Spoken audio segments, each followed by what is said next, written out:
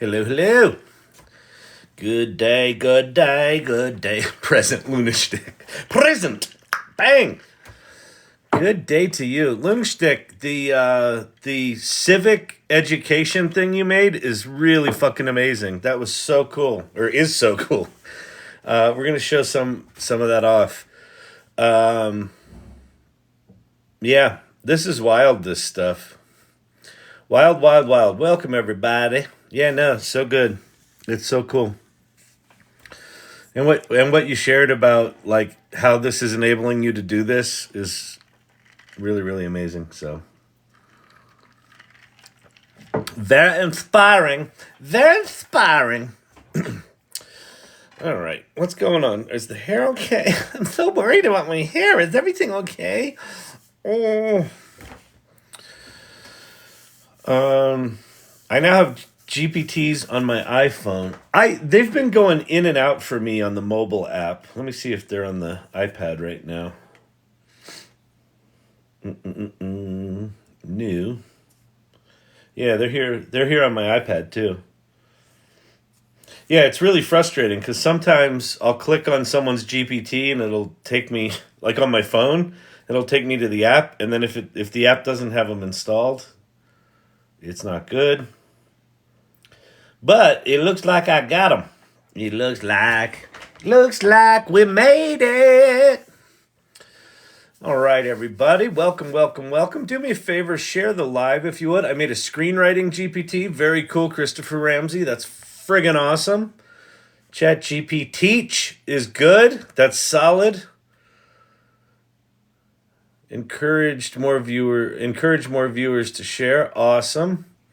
Yeah, share the live. Be not afraid. Thank you so much. That's very, very, very generous of you. Thank you so much. I appreciate that. Let's see. Tries to get API going. Jab Howie.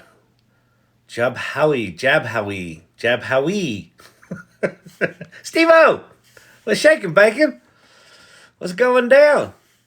Now we got some folks in here. We got it rattling around. Welcome to the AI Learning Lab. We got, oh, hey, I wish I could quit you. All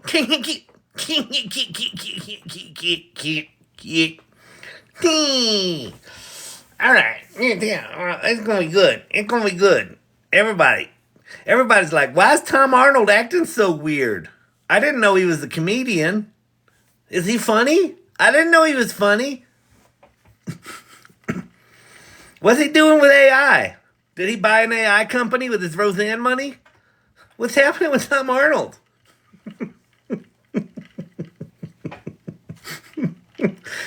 Yeah.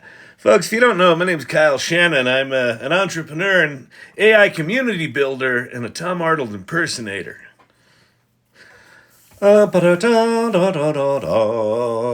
Need to change my LinkedIn. Want to add some AI experience. Can you suggest how to do that? Well, so a couple of things. Feel free to join the AI Salon, and you can say you're a member of the AI Salon. Now, as silly as that sounds, people may not know what that is, but we have a group, we have a page, and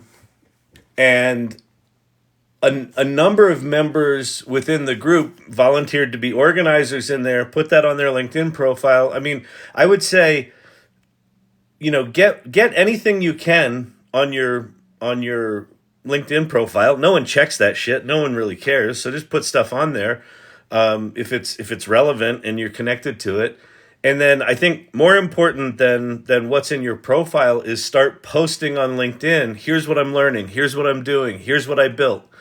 We'll build, if you haven't built a GPT yet, there's a GPT for that. That's why there's graphics here. We're gonna build some of them tonight. I spent all day today. I had two different generative AI meetings today with two different groups, and both of them I just said we're building bots today. We're building GPTs. And what was amazing to me was a fair amount of these people were people who have who use ChatGPT a lot. We're not even aware that OpenAI had their dev conference on Monday. We're not aware that this GPT builder had launched. We're not aware that the new version of consolidated multimodal was live. So this stuff is brand spanking new. I really miss Kyle's funny characters. Yeah, I haven't been doing as many funny characters. You know why? Cause you know, I'm Harry Carey. Because honestly, honestly, Winston, I've been discombobulated by all these changes. And first of all, in general in life, try to incorporate words like discombobulated into normal sentences. It throws people. But I've been a little shook just trying to get my head around how to do these things, and I'm kind of learning in real time with you guys. But B, just how to make sense of it, because I feel like, I don't know, it's one of my tics, I guess, is I need to understand something. I need to understand I guess I need to internalize something so that I can talk about it and talk about it with some level of clarity. And I'm having a really hard time internalizing this new stuff because there are so many changes that are so profound. I feel like individual little features that were added to ChatGPT are all individual rabbit holes that are profound in and of themselves. And then like 20 of them just got wrapped up in this sort of Christmas popcorn ball and handed to us. And they're like, have fun. It's so funny when we had one of the evangelists, or the, I don't know, whatever they called, one of the community members from OpenAI came and spoke at the AI Salon like a year ago when ChatGPT was just GPT 3.5, and he was talking about what 4 was and what was coming, and he was talking about, well, at OpenAI, they're a little concerned. They don't want to roll too much out too fast because it's going to freak people out. And so I kind of get that now. I kind of get why it's like they went GPT 3.5 and then they went very limited GPT-4, and then they just rolled out, plugins, which didn't really work, and then they rolled out Code Interpreter, which really did work, and so it's wild. All right, fantastic. Shopify wrote 1 million lines of code using Copilot. Very cool, I suppose, if they were 1 million lines of good code. But yeah, that Copilot stuff. There was was it GitHub yesterday that had the announcement about Copilot, that they're doing like a GitHub enterprise deal where enterprise groups are going to be able to basically train Copilot on their enterprise proprietary code base, so that that Copilot will know their code base. Holy shit! But not pay to use, so anyone can use a GPT. Christopher Ramsey, I don't think so. So right now you have to be a ChatGPT Plus member to be able to use GPTs. I doubt it will stay like that, but maybe so. Maybe, I don't know. You all need to listen to the Marketing AI Institute. Oh, okay, great. I listened to that weekly. I haven't listened to it this week yet, Cravuno. So that's Paul Reitzer's thing. So let's get started here.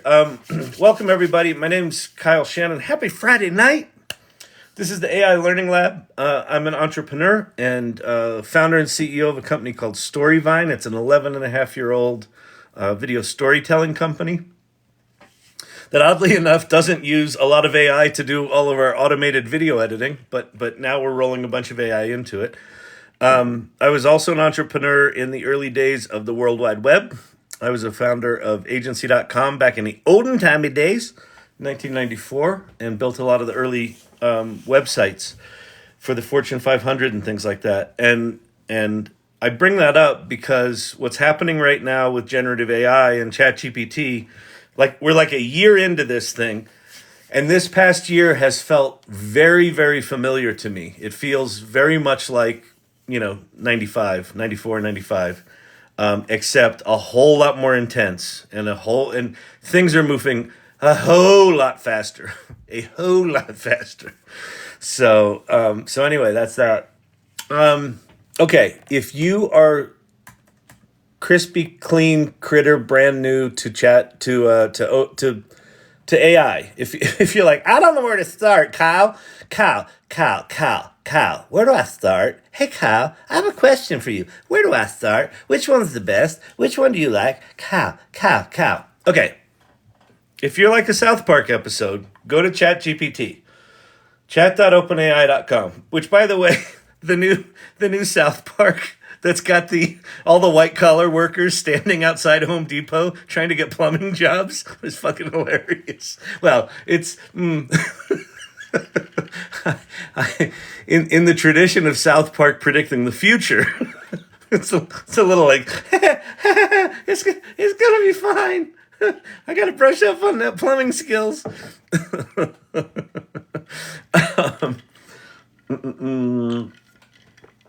All right. All right. So, what are we going to do here? I want to show you some cool stuff. I've got lots of other AI tools that I can show you. I've got 7 pages of these things. But I'm not. Cuz we're going to stick with this. So here's the deal with ChatGPT. ChatGPT was good. And then ChatGPT 4, which came out in like March or April of last year or this year, was great. Oh, thank you for the cowboy hat. And then they added some of these new features like Browse with Bing and Code Interpreter, and then it got greater. And then they took away Browse with Bing, but they kept Code Interpreter and they changed it to Advanced Data Analysis. And then about a month ago, they launched all this multimodal shit. As you gain your knowledge from Kyle. Hearts as follows. Oh, yeah. Thank you, Silver Fox. So here's a request. There's 96 people in here. I am less than 100 people away from 30,000 followers. So if you don't think I'm a big fat dum-dum, or even if you do think I'm a big fat dum-dum, but you enjoy me, please go follow the channel because because I want to hit 30,000 before November 30th, which is the 1-year anniversary of ChatGPT. So ChatGPT a month ago gets all these features like vision and DALL-E 3, where like the quality of image generation went from like laughably bad to holy shit good. And then the OpenAI, the ChatGPT app, got voice and conversational AI. And now all of that shit's been rolled into a single mode in the past 3 or 4 days, and they've added this thing called GPTs. And GPTs are personalized ChatGPTs that you can actually publish. So if you're super passionate about, I don't know, Venus flytraps and growing them and crossbreeding them, you could make a Venus flytrap GPT that just specializes in that. And it could make you pictures of Venus flytraps, and it could talk about Venus flytraps, and you could publish that out to the world. And by the end of the month, they're going to release the GPT store, which is it's going to be just like the App Store. So we are literally at the ground level of the equivalent of the Apple App Store, which made a lot of people. There's a lot of opportunity in the App Store, and especially early on. So that's that. The other thing about these GPTs is they are like staggeringly easy to make. And they are staggeringly powerful for how easy they are to make. What ChatGPT has done in the past 3 days, let's call it the past week, they announced it on Monday. Oh, very nice, Winston. Thank you so much. I like the fruits. The fruits are nice. The fruits are nice, Winston. what they've done in the past week is they have made sophisticated application development consumer easy. The consumerization of application development just happened like 3 days ago. 3 days ago. Wednesday. I did a 3.5 hour TikTok live because I got access to that shit in the middle of doing one of these. Oh, thank you so much, Nomad. I appreciate that.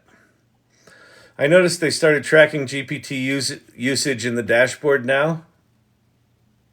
Oh, that's good. In which dashboard, Vicky? In your personal account? I was watching David Shapiro. Which dashboard? Do I got a dashboard? My GPTs.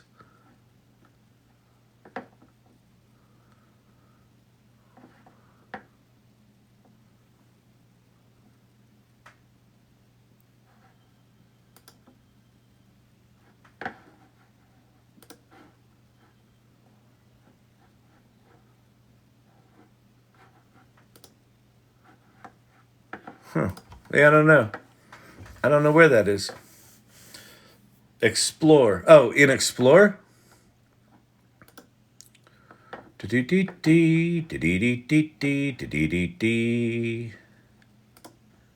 Come on. Come on, Explore. You coming? What's happening?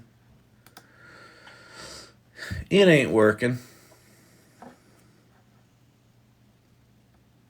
Oh, you know what this could be? I know. Wait, hang on.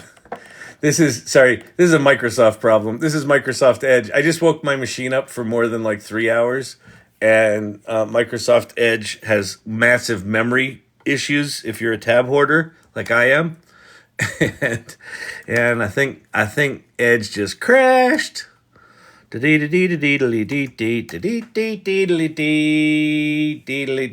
Next to the name, you're looking at it. Lol. Oh, I didn't see it. I didn't say nothing. I don't know what you're talking about. Listen. This channel is kind of like watching the elderly trying to use computers for the first time. It's funny. Oh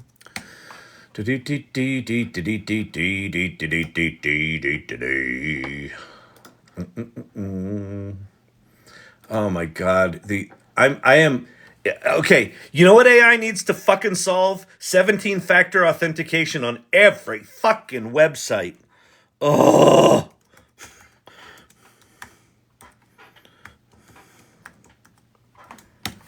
So done with it. I'm done. I'll just give you my bank account numbers and you can just drain it all. Just let me log into my shit. Someone use AI to solve this.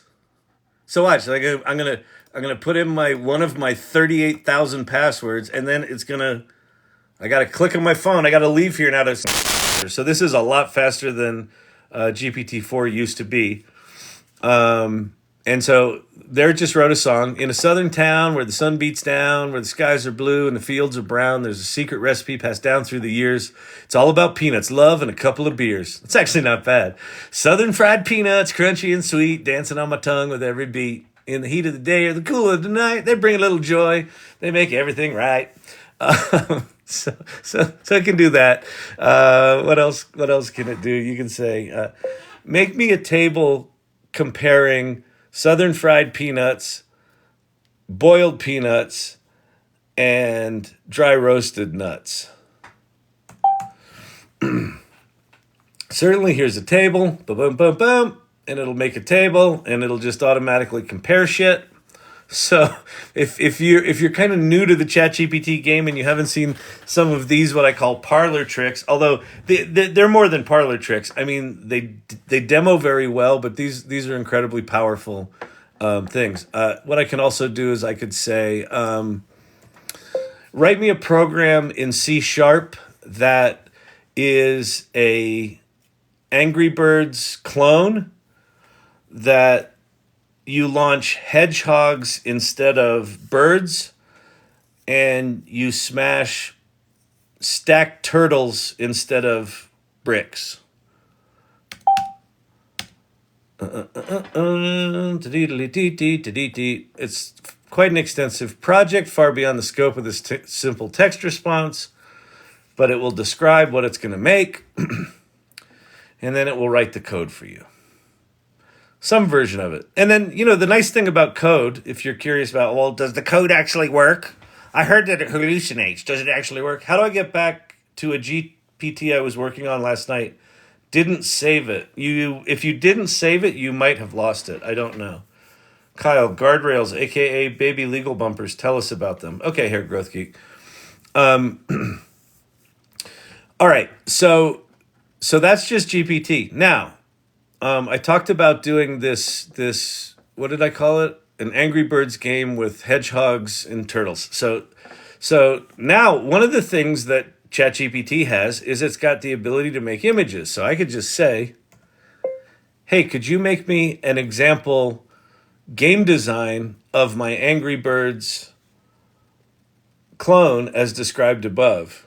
I'd like to see how fun it is.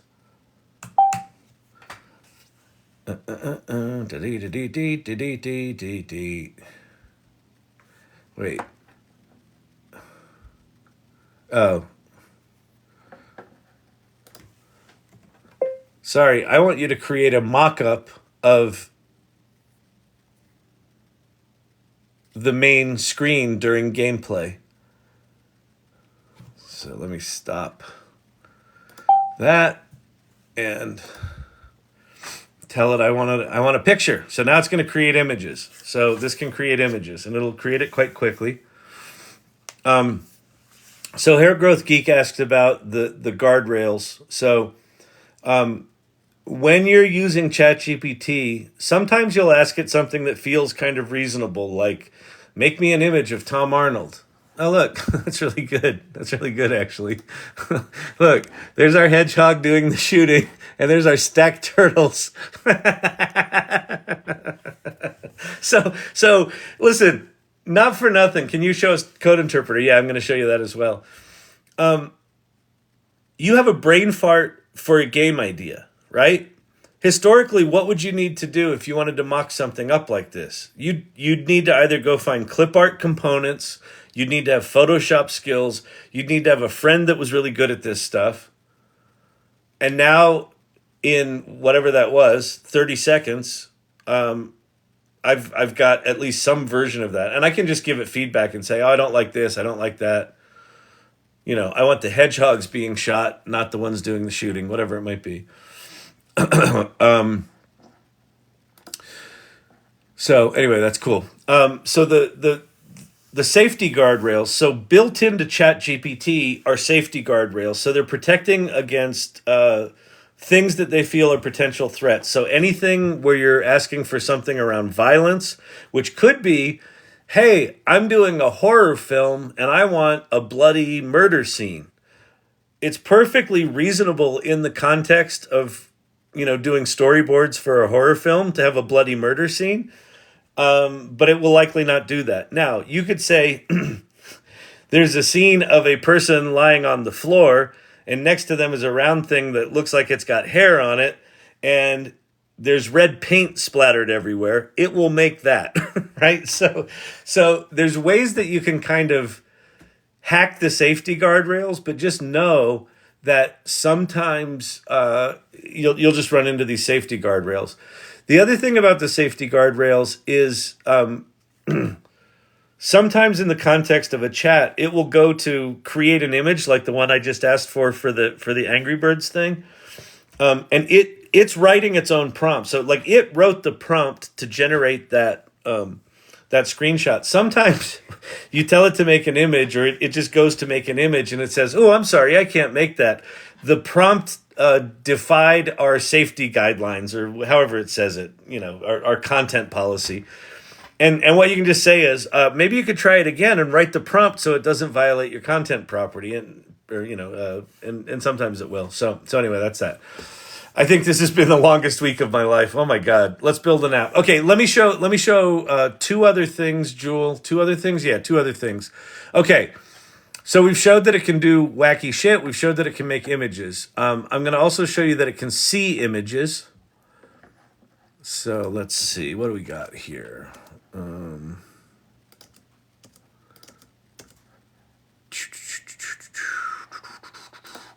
Let's do a whiteboard because that's a really interesting.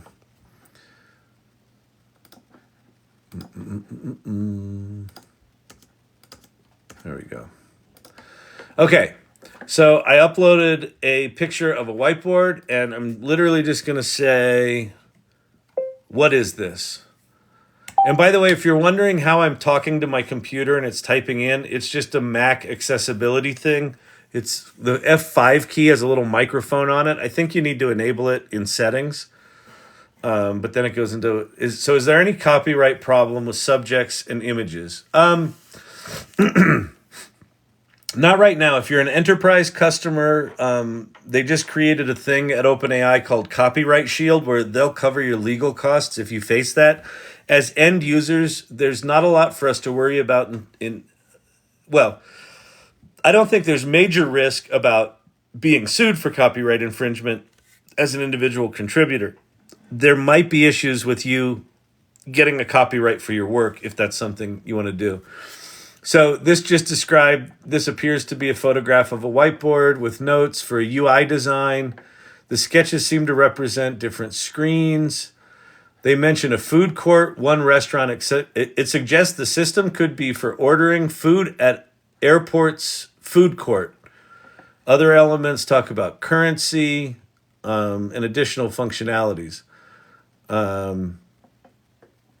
It's a typical example of an initial design phase. So what I can say here is, please give me a project plan for how we would build this app.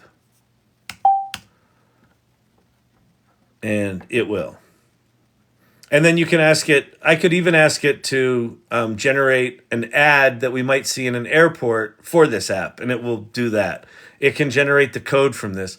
So you can take very, very little input. And so think about this. We now have the capacity to use images as our prompt, right? So for the last year, everyone's talked about prompt engineering. Well, that game has just changed. Is GPT-4 more accurate than GPT-4 Turbo? No, GPT-4 Turbo is more accurate and more up to date. They updated the base model to April 2023 is the most recent data. Okay, so that's vision. It can see shit. So experiment with that. Now I'm going to do Code Interpreter. So Code Interpreter, you can also upload a file. Again, notice that I'm not having to switch modes to do image stuff or CSVs or whatever. So if I go archive,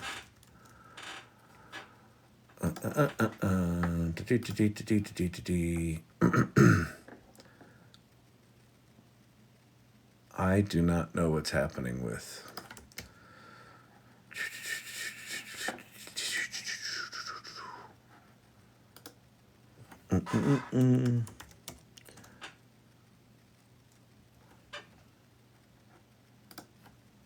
Here we go.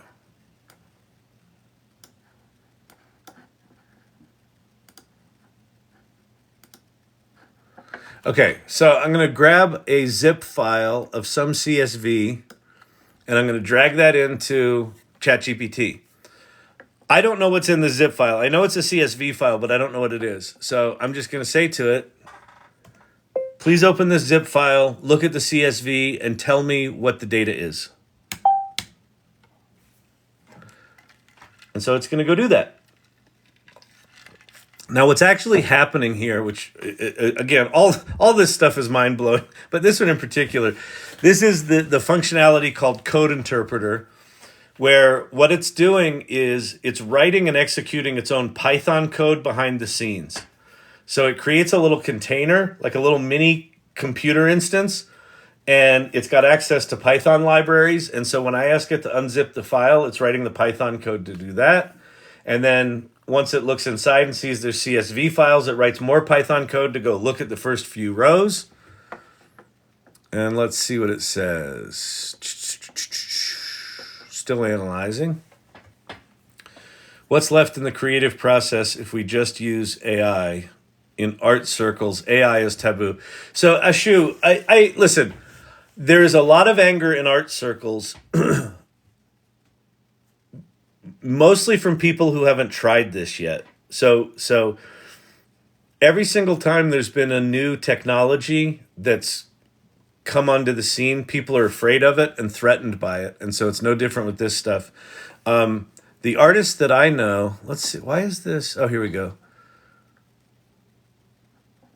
The date in the first row is 2017. That was kind of a crappy response, and it took a long time. Please analyze the data and tell me what interesting trends you see in it.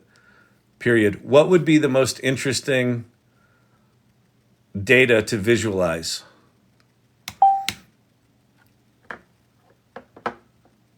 The fact of the matter is the fear from people that are not using ChatGPT is that if ChatGPT does the work, then you don't need my creativity. And the opposite is actually true. What ChatGPT ends up doing is it ends up giving you more ideas than you would have had otherwise, and you can execute things much more quickly. What's still incredibly required is strategy, critical thinking, refinement, understanding business needs, things like that. Now, if you're just doing tactical execution, like if you're just doing, Photoshop illustration and that's all you're doing, then I think you're at threat. But everyone that I know that's what they were doing has embraced this, has now figured out about 30 different ways to use it beyond what they were doing before. So what I would encourage everyone to do is, even if you're afraid of this, even if you're pissed off at it, even if you're on a soapbox saying it's stealing from the artist, which, learn enough about how it actually works to understand what it's doing. It's not copying and pasting from other people's works. That's one of the misconceptions about it. So a lot of the anger and vitriol I see about this stuff is because people don't understand what's actually going on and they haven't actually used it.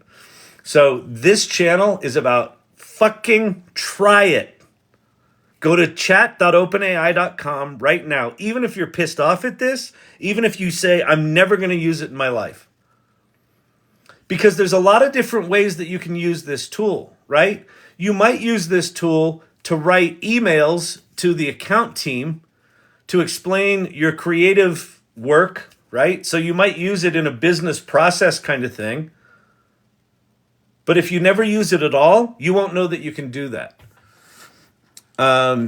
Okay, so what's happened here in the background while I was rambling on about art stuff, it analyzed the taxi data. This is New York City taxi data. It says we can analyze the following: temporal patterns, spatial patterns, economic trends, rider preference. I'll prepare these visualizations. They could reveal insights in rider behavior. So right now what it's doing is it's actually, I can open this up. Here's the Python code that it's writing. So this is in the background. When it says analyzing, you can open that up and watch what it's doing. So it's writing this Python code. Matplot library and Seaborn are both libraries in Python for it to visualize data. And it's going off and writing stuff, and it's going to make us some visualizations. It's going to make us some charts and graphs. So that's Code Interpreter. Oh, geez, art societies are just scared. And I see winning art in jury shows from paid tutorials. Yeah, listen, there's going to be lots and lots and lots. There was an error generating the response. All right, well, we'll just give up on this. There's going to be lots and lots and lots of mishigas about the impact on artists. And two things are going to happen. Well, three things. There's going to be three kinds of people. And this is not just art, by the way. This is writing. This is project management. This is all knowledge work, right? This is consulting. There's going to be three kinds of people that emerge. First kind of people are people that are going to resist it and ignore it. And I fear for them. And this channel exists to get them off their ass and get off your soapbox and get out from behind the fear. No, you can still, no, not get out from behind the fear. You can still be scared. But just take action. Just get curious. Start playing. But there's going to be a group that resists it, and they're going to get blindsided by this stuff. Then there's going to be a group that are people that are not artists today, that because they have access to tools like DALL-E, are going to become artists. And they're going to get good enough at it. There's one of the guys that comes in here fairly regularly, this guy named Herod. He used to be an engineer, and then he discovered AI art, and he's like, I want to be an AI artist. And he spent 6 months getting kick-ass at AI art, and now he's an AI artist. He got hired as an artist. So there's going to be people that literally come out of nowhere that are now competing for those art jobs for the people that are resisting it, because employers are going to want people that are AI literate. And then there's a third category, and this is the one where I think if you're any kind of creative professional or knowledge worker, the third kind is artists that embrace AI, because they're going to be better at generative AI because they're an artist, because they've got an artist's eye, than people come at it from the outside. The advantage people from the outside have is they're going to use tools in ways that artists wouldn't have necessarily thought of, but that's okay. But artists that take this on are going to get really good. They're going to do really amazing work, and they're going to rise above the noise. So you can absolutely hate this. You can absolutely think this is the worst thing ever. And it's like the weather. It's not going to stop coming. It's not going to get uninvented. So that's what this channel's all about. I don't want to give them my phone number. Well, then you're shit out of luck, because I assume you're from the NFT crowd, because the NFT crowd's all about, don't dox me, man. That's fine. I don't think there's a way to sign up for ChatGPT without giving them your phone number. So I assume you can get yourself a fake phone number if you want to.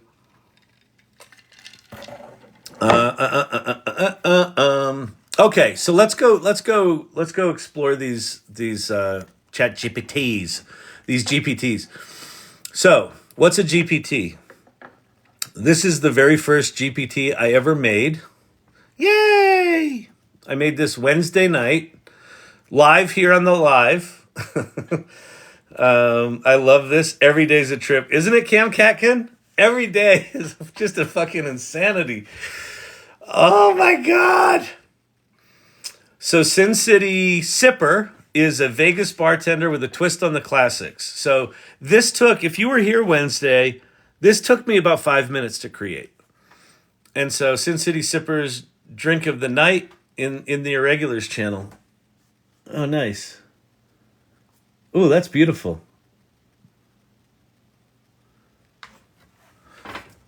So here's there's one of the cocktails that the Sin City Sipper made. Thank you, Ted. That was very cool.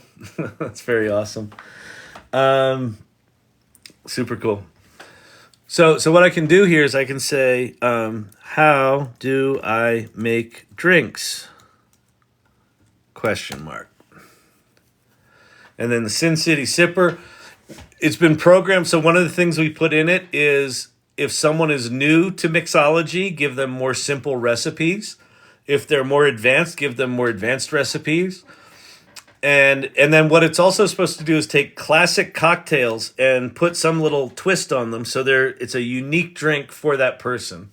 Way back on Wednesday night, I remember that night exactly. In my day, 2 days ago, it was so funny. I was on a call today with like 15 or 20 people, and we were building bots like this. We were building bots together, and they were asking me these detailed questions about, like, well, what's the policy on this, and how does this work, and how does that work? I'm like, I'm just a dude that got access to this 2 days ago. Like, I don't work for OpenAI. I don't fucking know. One of my massage clients today asked me to build a GPT for her business. Perfect, Andrea. Perfect. And build it. And at some point, it might be the kind of thing where if you get good at that, not everyone's going to want to build these things, even though they're but simple to build. We're going to build one here. I mean, they're so incredibly simple to build, but to get them really dialed in and get them really good and have them be on brand and all that, there's going to be tricks that people learn. And so it might be the kind of thing that you do that. Can you do NFTs with GPT-4? It certainly knows solidity. So if you're talking about can you generate solidity contracts with ChatGPT? Absolutely. Go grab yourself a solidity contract. Pop. Actually, you know what? What's your name? Insurance Toronto. You this is fucking wild. You could go get the solidity documentation and an example or two of solidity contracts that are like world class primo contracts. You could build an NFT. Yeah, your residents, go pay the $20. Scrape it together. GPT-4 at this point, I seriously think it will become a professional disadvantage if you're not playing with this stuff in the next 3 months. Like diving into it. Nice. So that was not a dream. Oh, that's really funny. Error creating images. All right. Well, ChatGPT's decided to take a nap. Hair growth geek took a nap. All right. I'm gonna check on out of here. Great seeing you all. Firefly, great to see you. Mark, thank you. 007 or 0707. JRC, good to see you. Oh, that's funny. Firefly, Emilio's wife and I were talking about something very similar a few minutes ago, doing labs. Yeah, do labs, do bot building things. Ted looks at life. Thank you. Tobias, good to see you. Peace out, Steve-O. Nate Filipowski, thank you. LDS, your residence, I appreciate the kind words. Thank you very much. Emilio's wife, peace out. Guess what I'm watching? Hawaii 5-0.